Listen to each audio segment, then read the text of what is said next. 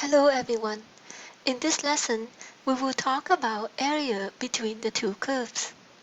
We will have to apply Fundamental Theorem of Calculus in order to calculate the area between the two curves. So there are two formulas right here that I would like everyone to take a look at.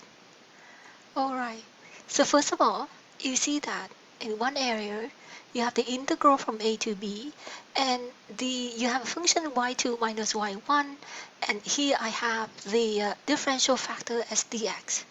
So in this case, I would like everyone to remember that when I said dx, it means that your lower limit to your upper limit are the values on your x-axis, and y2 and y1 are the function in terms of x. Alright, so there are curves that we have to consider using either these formulas or these formulas right here. So for these formulas, you see the difference is the lower limit is c and the upper limit is d. And here the differential factor is dy. When it's indicated that it's dy, I will have to know that the upper and the lower limits are the value of the y-axis in this case. And x2, x1 are the function in terms of y. So before I am going over all of this simplified step that I kind of summarized for everyone here.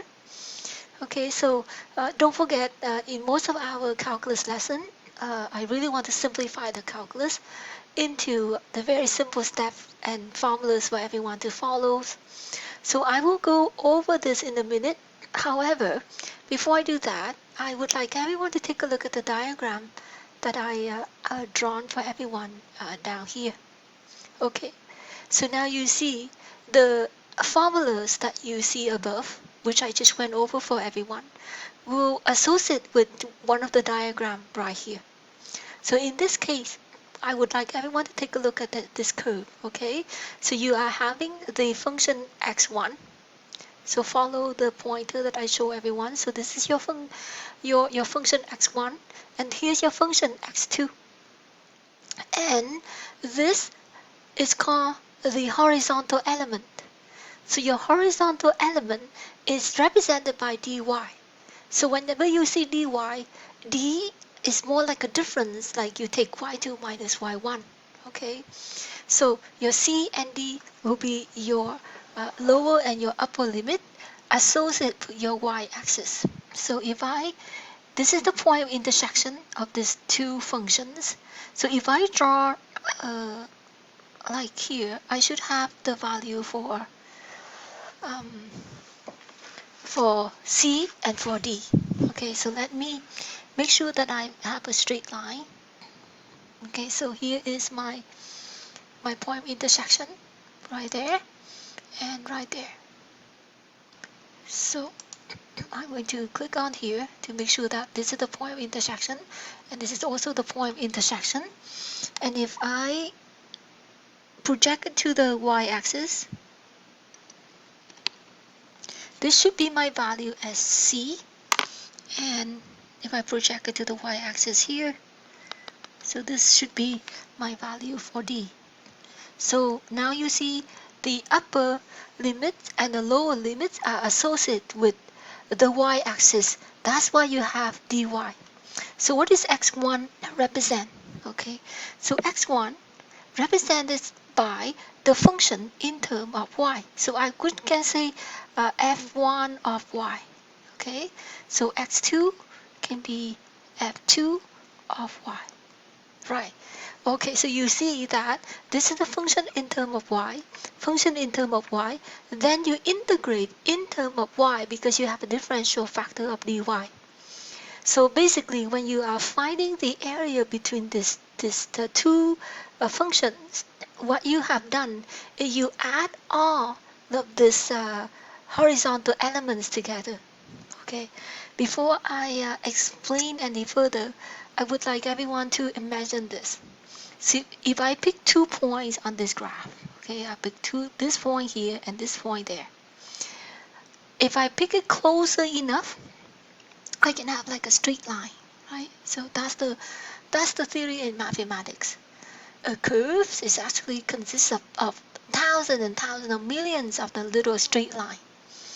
So if I take a segment on this graph and then I put them close enough to each other, I can consider them as a straight line. So if I draw that, I draw another horizontal element right here.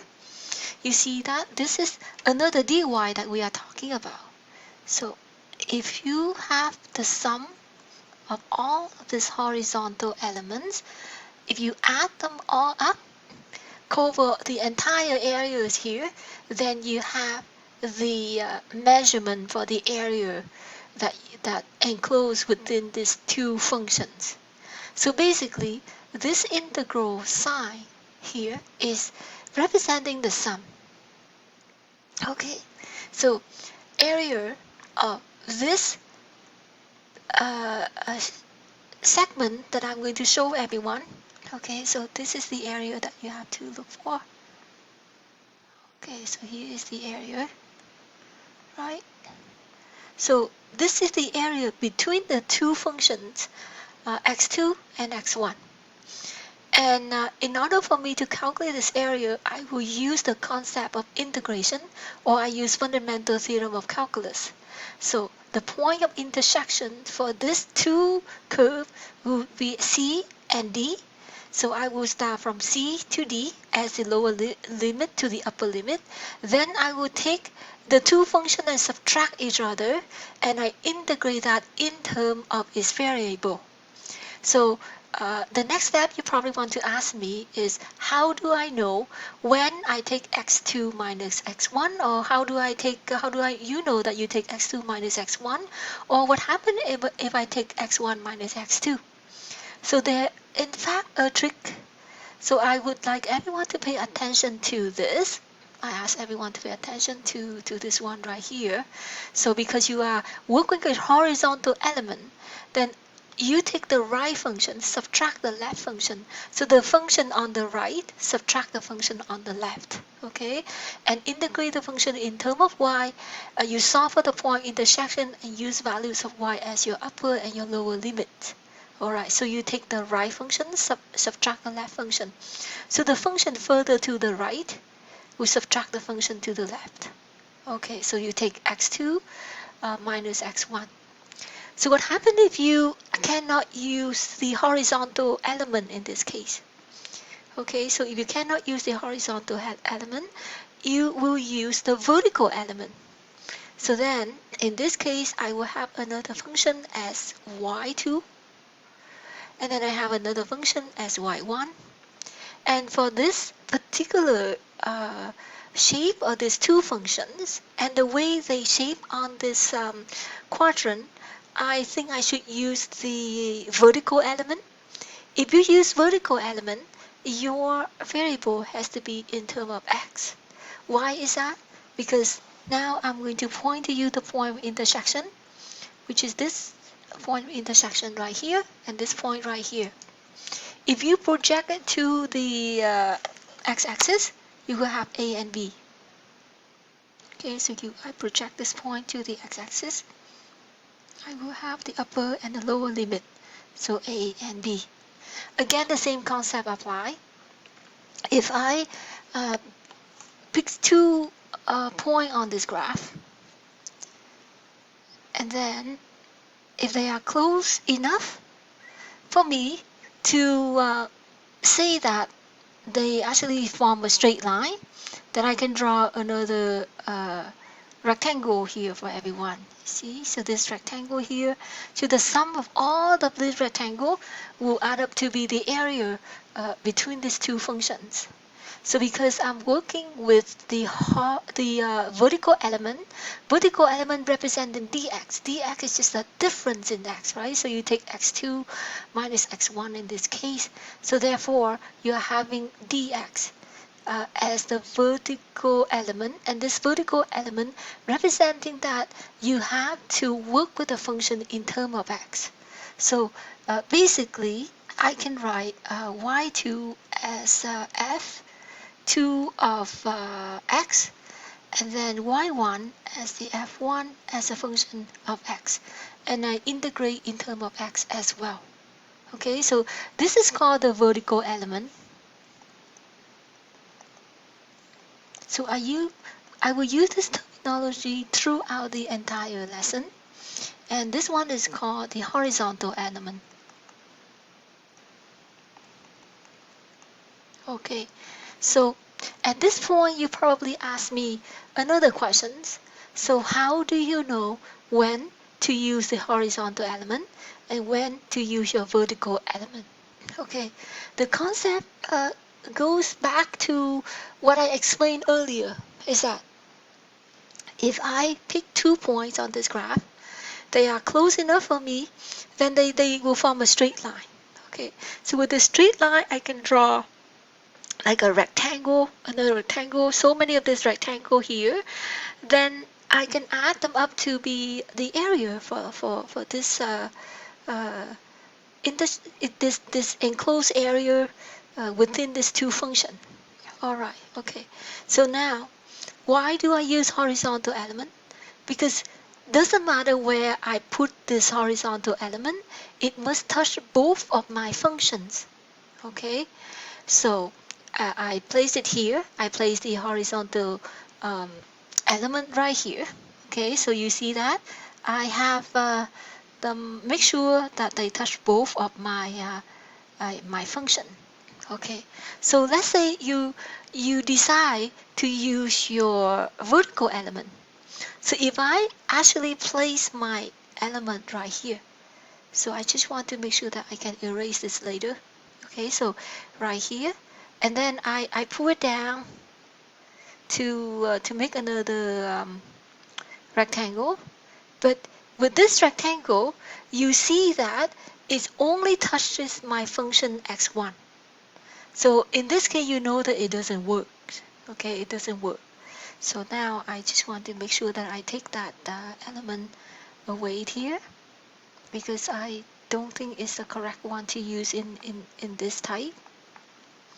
Alright, okay, so I make sure that it's not there anymore. Yes, it's not there anymore. Alright, okay, so you make sure that the elements that you choose must have the characters that it need to touch both of your functions.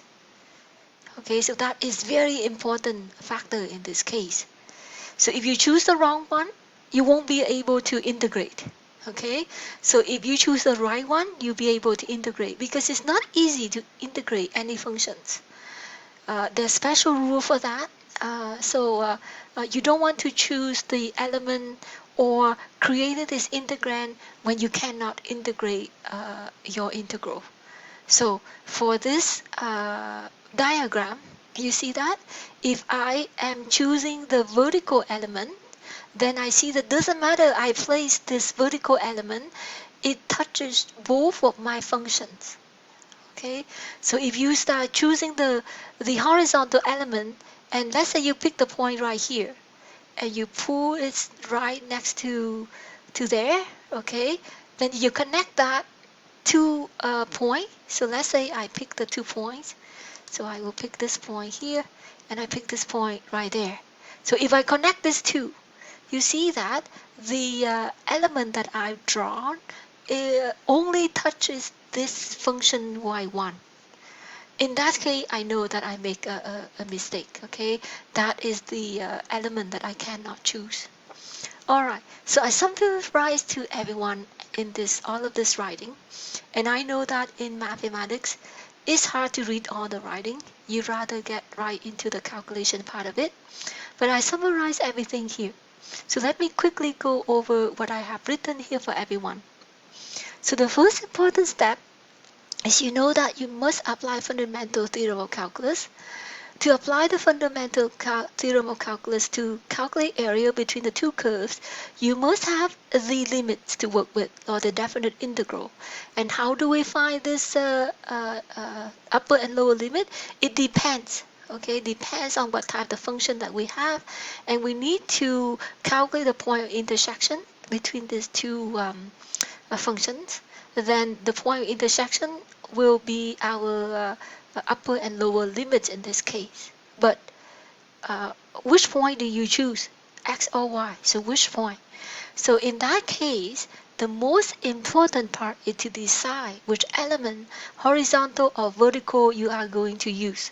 The rule is you must choose the element from which it does not matter where you draw it, it must touch both curves. Okay, so make sure that you do this, because this is the most important step so that you can get the correct integrand to work with.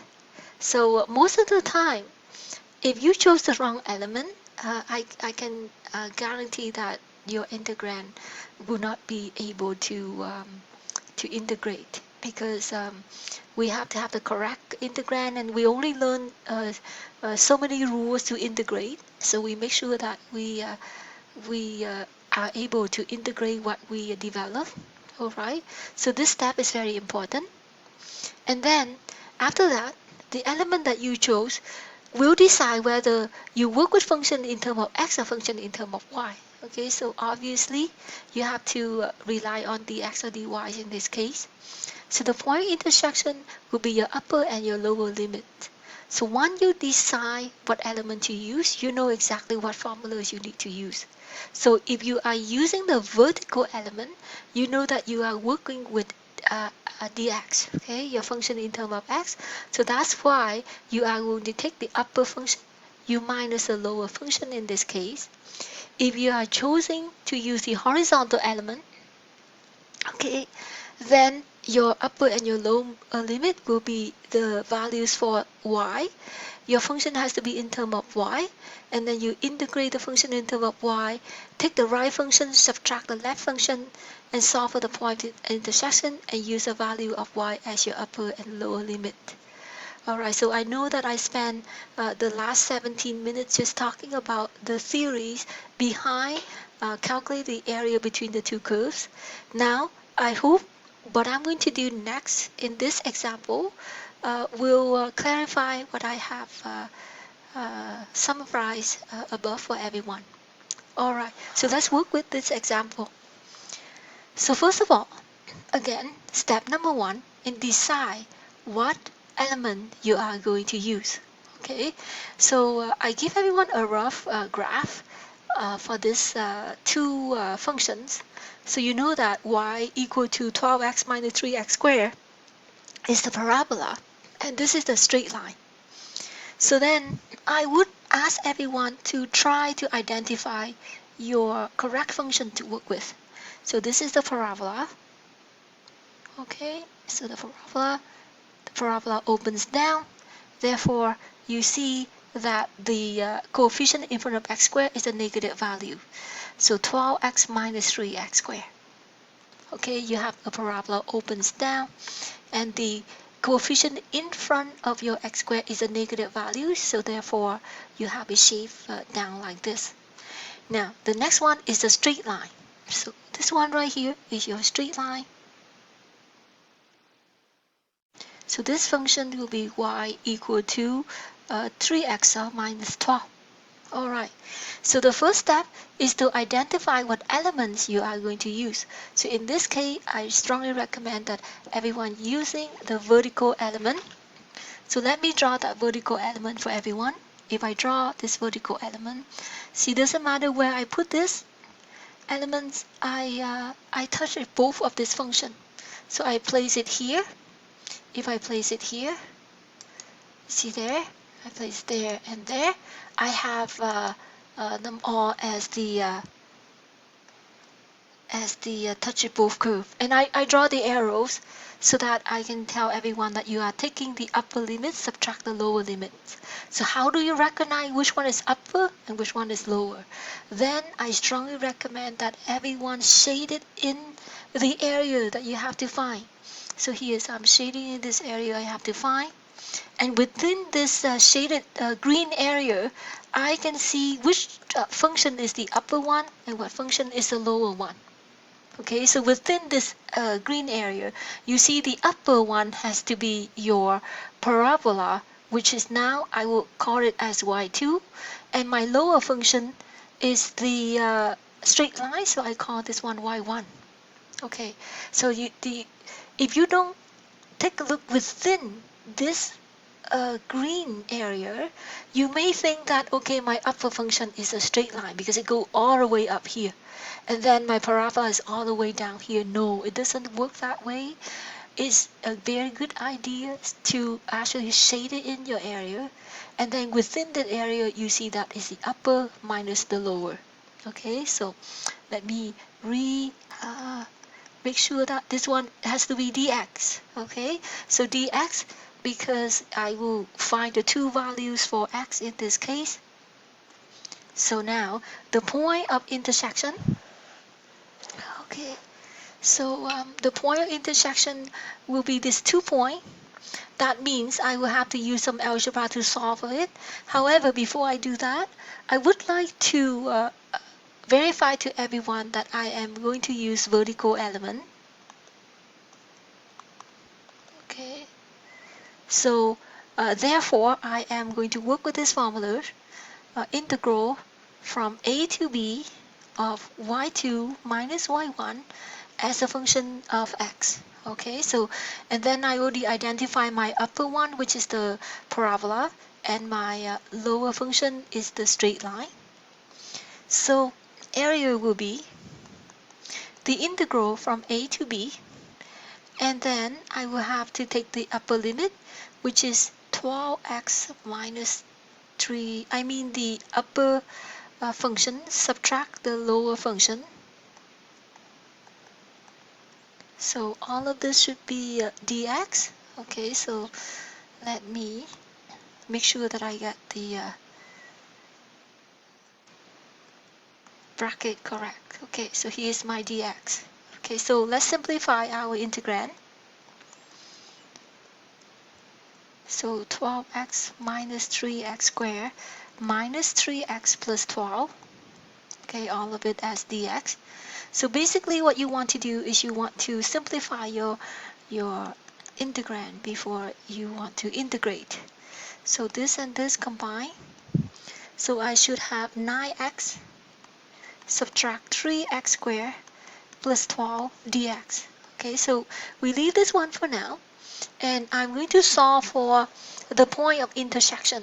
So the point of intersection, which is this point and this point.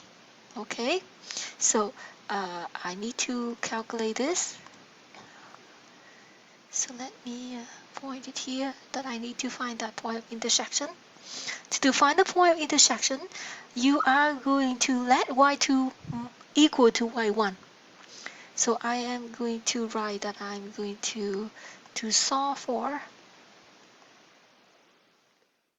a and b. Let y2 equal to y1. Okay, so I will have 12x minus 3x squared equal to 3x minus 12. So letting these two equations equal to each other, I can solve for the unknowns. Okay, so I will bring this over to the side of the equation. So I will have 3x squared minus 9x minus 12, and this is equal to 0.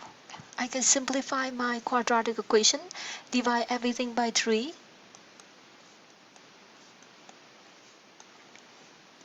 So then I will end up with x squared minus 3x minus 4 as simplified. Okay, because this side equal to 0, I can go ahead and divide it by 3. So I can use factoring to solve for this. So I will have x minus 4 and x plus 1 if I factor this trinomial. So therefore I will have x equal to 4 and x equal to minus 1. Okay, so a bit of algebra that everyone will have to review in this case. So let's take a look at our graph. Yes, it's quite true. So this should be the value for 4, x equal to 4, and here x is equal to minus 1. Okay, so all you have to do is just need the x value, so you don't have to worry about the y value. So now I am going to apply this into my definite integral, and I will integrate. So I have area equal to the integral from -1 to 4 of the function 9x minus 3x squared plus 12 differential factor dx. Then I will integrate, it will become 9 over 2x squared. Add 1 to the exponent divided by the result.